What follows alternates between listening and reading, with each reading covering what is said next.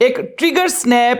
Back mechanism کے نام سے جانی جانے والی ایک شک نے ہتھیاروں کی پابندی کو برقرار رکھا، جس کے تحت خاص طور پر 5 سال تک ایران کے میزائل پروگرام کی نگرانی ہونی تھی۔ یہ ایران پر دباؤ ڈالنے اور اس کے میزائل پروگرام کو کنٹرول کرنے کا ایک حربہ بھی تھا۔ لیکن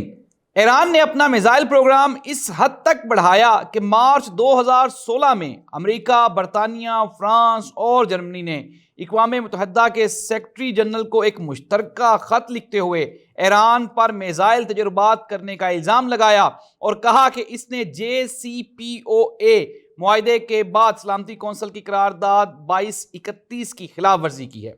ناظرین، بالآخر 2020 میں امریکہ کے ساتھ سابق جو صدر ہیں ڈونلڈ ٹرمپ، اس معاہدے سے دستبرداری کا انہوں نے فیصلہ کیا۔ امریکہ کے اس معاہدے سے دستبرداری کی ایک وجہ ایران کے میزائل پروگرام کے خطرے سے نمٹنے اور اس پروگرام کا معائنہ اور تصدیق کرنے کے لیے درکار طریقہ کار کی کمی بھی تھی۔